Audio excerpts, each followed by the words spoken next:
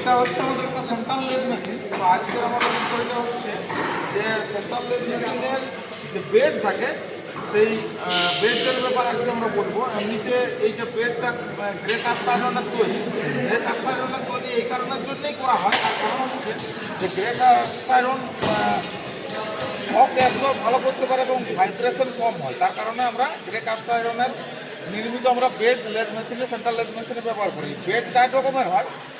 একটা হচ্ছে flat bed, যেটা ফ্ল্যাট বেড হয় সেটা পুরোটাই আপনারা দেখতে পাবেন এরকম ফ্ল্যাট হয়, ফ্ল্যাট সারফেস হয়। আর তারপরে হয় ভি বেড, ভি বেড মানে এরকম ভি এর মতো আকৃতি বিশিষ্ট, সেটা হচ্ছে ভি বেড। আর এই যে বেডটা আপনারা দেখতে পাচ্ছেন ম্যাক্সিমাম আমাদের সেন্ট্রাল লেদ মেশিনে এই বেডটি এখন বেশি ব্যবহার হয়। এটাকে বলে কম্বিনেশন বেড।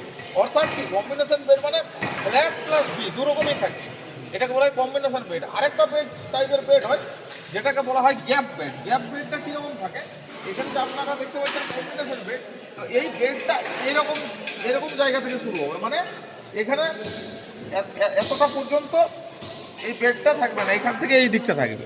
তো গ্যাপ বেডটার লাভ সুবিধা কি হয় না, আমাদের এই যে মাইল্ড স্টিল রাউন্ড, যেটা MS রাউন্ড ওয়ার্ক পিস আমরা বলি, যেটার উপরে বিভিন্ন অপারেশন আমরা সম্পন্ন করি, তো সেটার যে সুইং ডায়ামিটারটা অর্থাৎ সেন্টার থেকে এই যে ডায়ামিটারটা কতটা পর্যন্ত সর্বাধিক নেওয়া যেতে পারে, সেই সুইং ডায়ামিটারটা বেশি থাকে গ্যাপ বেড। অর্থাৎ এই জায়গাটা থাকে না, মানে সুইং ডায়ামিটারের জায়গাটা বেশি পাওয়া যায়।